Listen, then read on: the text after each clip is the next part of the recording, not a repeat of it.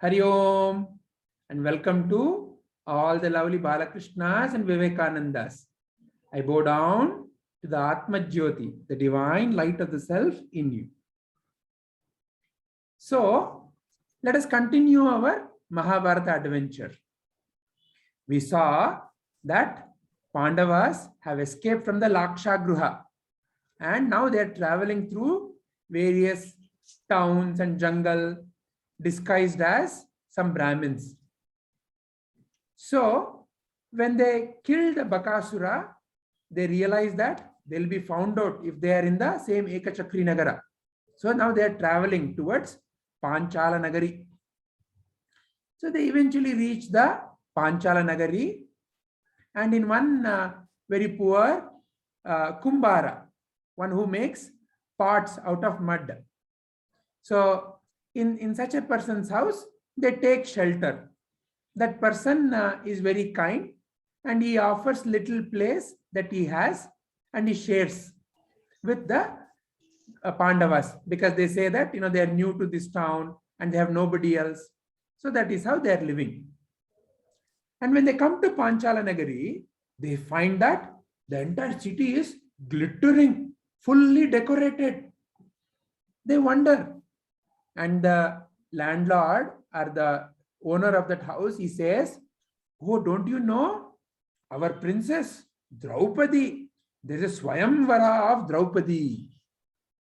In those days, especially for these kinds of princely weddings, the princess used to conduct what is called as a Swayamvara. A Swayamvara is where all the princes who would be interested in marrying that princess would come. There may be some kind of a competition, and whoever wins the competition gets to wed the princess. That's how it used to be. Sometimes it would be a competition of some kind of a valor, sometimes it could be a competition of some intelligence. It all depended upon what that particular princess and their parents would have decided. In the case of Draupadi, Panchala Raja, that is Drupada, remember, he still has that feeling of, I have to take the revenge on Dronacharya. He has insulted me. And in his mind, he is thinking, only if Pandavas are my, if let's say I get my daughter married to the best in the Pandavas, in his mind, Arjuna. If I get my daughter married to Arjuna, then the Pandavas will be on my side.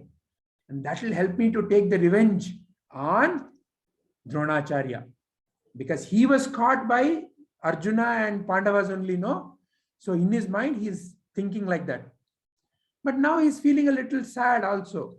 Having heard the Lakshagruha story and having heard that Pandavas are missing, he is feeling a little sad. But anyway, now Draupadi Swayamvara has been organized. Somewhere back in the deep in his heart, he still feels that Pandavas are still alive. And somehow they will come for this. So he decides, even if it is not the Pandavas, whoever marries my daughter should be very, very strong, very intelligent. So the competition he sets up is, they have to tie the thread on the bow, and they have to shoot an arrow. How? They have to shoot an arrow at a toy fish, and the toy fish should be rotating on the top of a wheel, and that will be elevated from the ground. And how they should shoot? They have to look at the reflection of that fish. Where? In the oil that is kept below. And what should they shoot at? The eye of the fish. Look at the wonderful nature of the competition. So first of all, there is a wheel that is turning on the top, and there's a toy fish, and the eye of the toy fish is what the arrow has to go, and they cannot look at it. They have to look at the reflection of it. Not even in water, in oil. And they have to shoot. So much of conditions. And the bow itself is so heavy. And the one who can tie it has to be really strong. So in the mind of Drupada, the one who can accomplish this will be a very worthy opponent who can definitely defeat Dronacharya. And in his heart, he knew only Arjuna kind of a person can do this. A very sharp archer like Arjuna only can do this. So now that Arjuna and the Pandavas are burnt, based on what he had heard, at least somebody equivalent will emerge. So all the princes from all different places had gathered.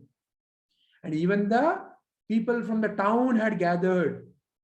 The Kumbara and even the Pandavas now, disguised as the Brahmins, were in that amphitheater. A large amphitheater was built. Wonderfully looking amphitheater was built just for the Swayamvara to be happening. All the princes, they were all sitting there. Duryodhana was there, Karna was there, Shalya king was there, everyone in and around. Because Draupadi was a very, very beautiful princess. Everyone desired to marry Draupadi. She was also known to be a very wise and intelligent and a fearless woman. So every prince desired to have her as his wife. So all the princes were gathered and the competition began.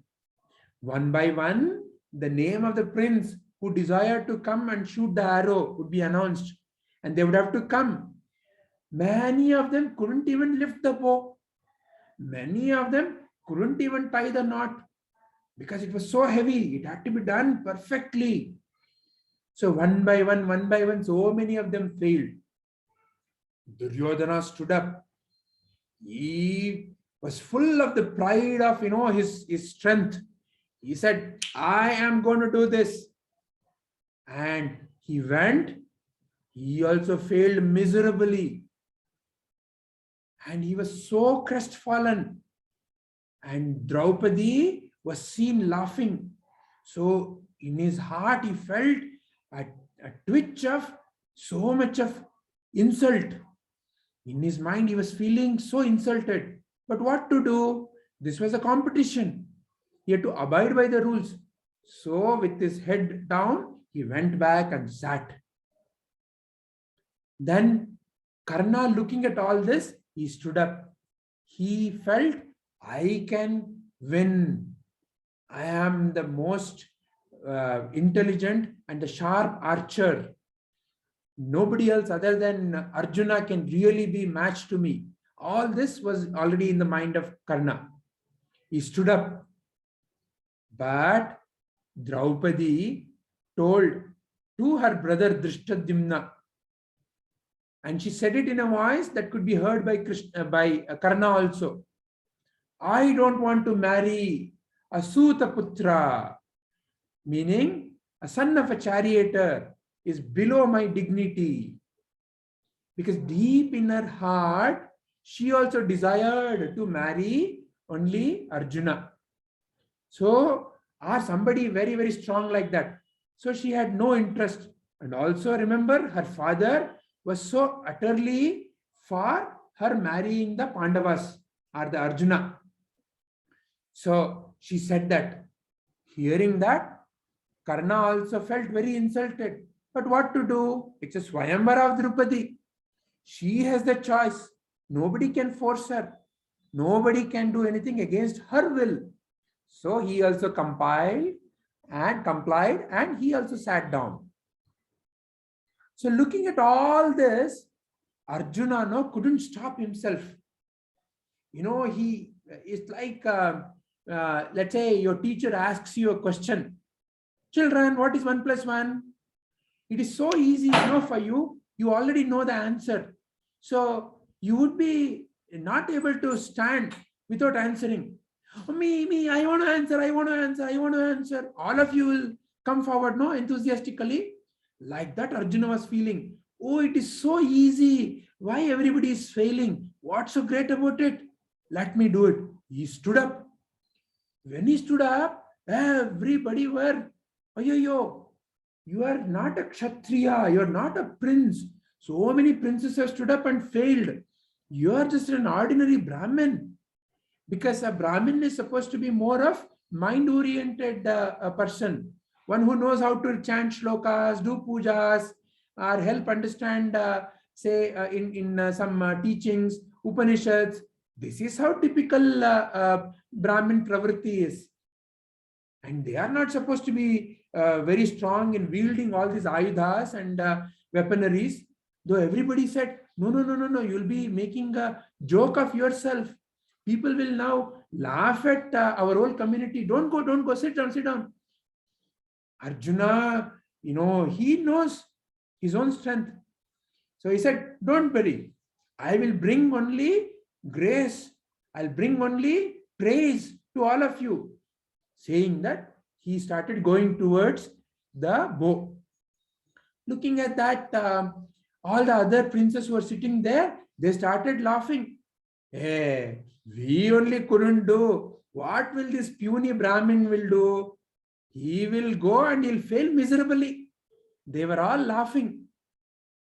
He went there and he took the bow and he was tying the knot.